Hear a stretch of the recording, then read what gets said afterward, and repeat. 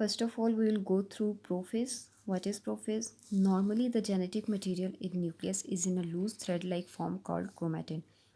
जो genetic material होता है नॉर्मली वो न्यूक्लियस के अंदर जब सेल डिवाइड नहीं हो रहा होता, ठीक है, इन अ नॉन डिवाइडिंग सेल, वो मटेरियल एक लूज थ्रेड लाइक स्ट्रक्चर की सूरत में होता है जिसको हम क्या कहते हैं? क्रोमैटिन। क्या कहते हैं? क्रोमैटिन। और क्रोमैटिन जो होता है वो प्रॉपरली विजिबल नहीं होता, जस्ट एक ऐसे लगता है जैसे थ्रेड लाइक आप कह लें कि एक बंच ऑफ थ्रेड रखा हुआ है सेल के सेंटर में, ठीक है, उसको हम कहते हैं क्रोमैटिन। जैसे ही प्रोफेज शुरू होती है, at the onset of prophase, chromatin condenses into highly ordered structure called chromosomes. Prophase के शुरू होते ही क्या होता है? जो क्रोमैटिन होता है वो कंडेंस होना शुरू हो जाता है, वो क्लियर होना शुरू हो जाता है हाईली ऑर्डर्ड स्ट्रक्चर्स में जिनको हम कहते हैं क्रोमोसोम्स। क्रोमोसोम्स अब हमें क्लियरली नज़र आना स्टार्ट हो जाते हैं, ठीक है, उससे पहले वो हमें क्लियरली नज़र नहीं आ रहे थे, जस्ट लाइक दिस। पहले वो इस फॉर्म में थे। At the onset of prophase वो कंडेंस होकर एक ऑर्डर्ड स्ट्रक्चर में हमें नज़र आना शुरू हो जाते हैं, प्रॉपर उनका स्ट्रक्चर हमें विजिबल हो जाता है। Now these are known as chromosomes. जब इस फॉर्म में है तो उनको हम कहते हैं क्रोमैटिन, और जब वो क्लियरली हमें नज़र आना शुरू हो गया, now these are known as chromosomes. Okay, since the genetic material has already been duplicated earlier in S phase, each chromosome is made up of two sister chromatids bound together at the same centromere.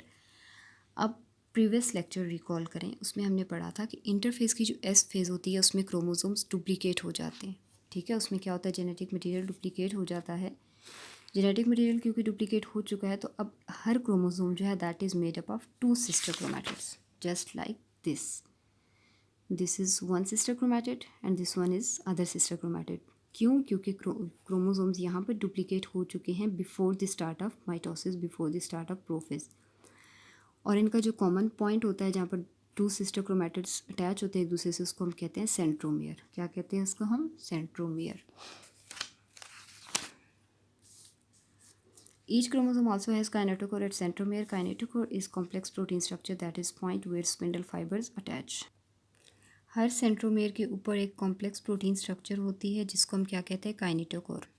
Kinetochore basically वो जगह होती है जहाँ पर spindle fibres बनेंगे। Spindle fibres क्या होते हैं, कैसे बनते हैं और कब आकर अटैच होते हैं, ये भी हम प्रोफेज में ही पढ़ेंगे, ठीक है। यहाँ पर भी आप देख सकते हैं, दिस इज़ अ क्रोमोसोम, ठीक है, this is one sister chromatid and this one is an other sister chromatid. जो इनका पॉइंट ऑफ अटैचमेंट है that is known as centromere, ठीक है, जहाँ पर ये दोनों एक दूसरे के साथ अटैच हैं।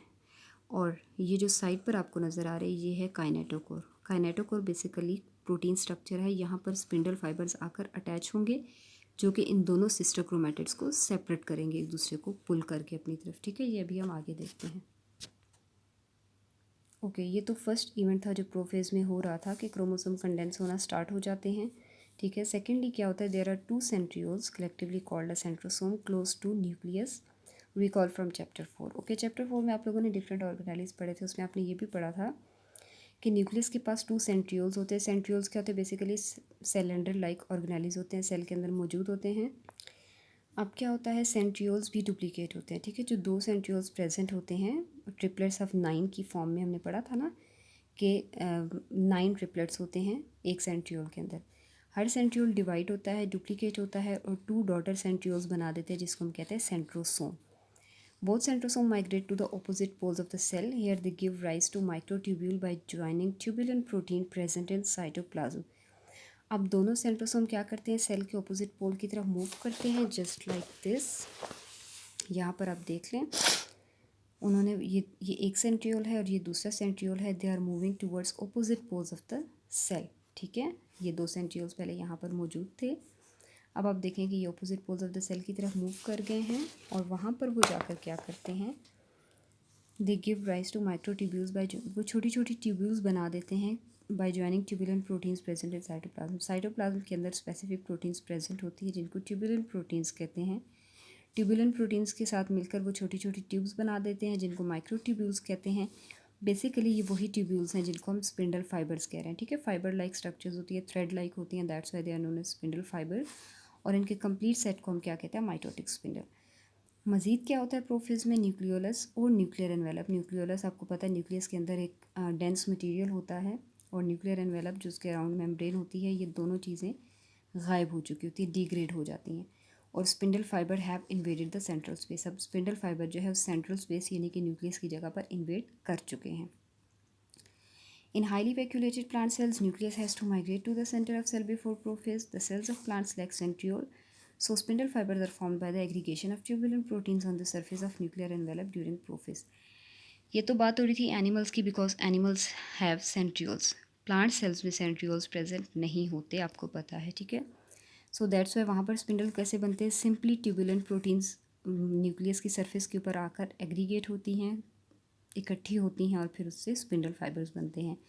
But before that nucleus has to migrate to the center of cell before prophase, ठीक है। प्लांट सेल में एक एक्स्ट्रा इवेंट क्या होता है कि न्यूक्लियस सेंटर में माइग्रेट करता है। As you know that in plant cells nucleus side पर मौजूद होता है, सेंटर में मौजूद नहीं होता। सो आज का हमारा लेक्चर क्या था, एक दफ़ा इसको गो थ्रू कर लेते हैं। माइटोसिस हमने आज पढ़ा। माइटोसिस की दो मेन फेजेस हैं, कैरियोकाइनेसिस और cytokinesis. Karyokinesis is division of nucleus and cytokinesis is division of cytoplasm. Karyokinesis is further divided into 4 phases, prophase, metaphase, anaphase and telophase. आज हमने पढ़ा है प्रोफेज। प्रोफेज के मेन इवेंट्स क्या हैं, क्रोमैटिन सबसे पहले कंडेंस होता है क्रोमोसोम में इस फॉर्म में, ठीक है। ये इनका पॉइंट ऑफ अटैचमेंट है सेंट्रोमियर, और ये काइनेटोकोर इसके साथ एक प्रोटीन स्ट्रक्चर है जहाँ पर स्पिंडल फाइबर्स आकर अटैच होंगे। सेंट्रियोल्स प्रेजेंट होते हैं न्यूक्लियस के क्लोजली, ठीक है। ये डुप्लीकेट हो जाते हैं और सेंट्रोसोम बनाते हैं। सेंट्रोसोम ऑपोजिट पोल्स की तरफ मूव करते हैं, जस्ट लाइक दिस। एक सेल के इस पोल की तरफ चला जाता है, दूसरा दूसरे पोल की तरफ। यहाँ पर ये ट्यूबुलेंट प्रोटीन्स के साथ मिलकर छोटी छोटी ट्यूब्यूल्स बना देते हैं, छोटे छोटे थ्रेड लाइक स्ट्रक्चर बना देते हैं। इनको हम कहते हैं स्पिंडल फाइबर्स। स्पिंडल फाइबर बन जाते हैं, न्यूक्लियोलस और न्यूक्लियर एनवेलप डिग्रेड हो जाता है। यहाँ पर आप देखिए, आप क्लियरली आपको ये नज़र आ रहा है, न्यूक्लियर एनवेलप एक बाउंड्री नज़र आ रही है, लेकिन यहाँ पर आपको ये नज़र नहीं आ रही, ठीक है। That has been degraded. Spindle fibers invade the central space. जैसे ही न्यूक्लियर एनवेलप डिग्रेड हुआ, जो स्पिंडल फाइबर्स थे they have invaded the central space. So that was all about today. इंशाल्लाह कल हम मेटाफेज से स्टार्ट करेंगे।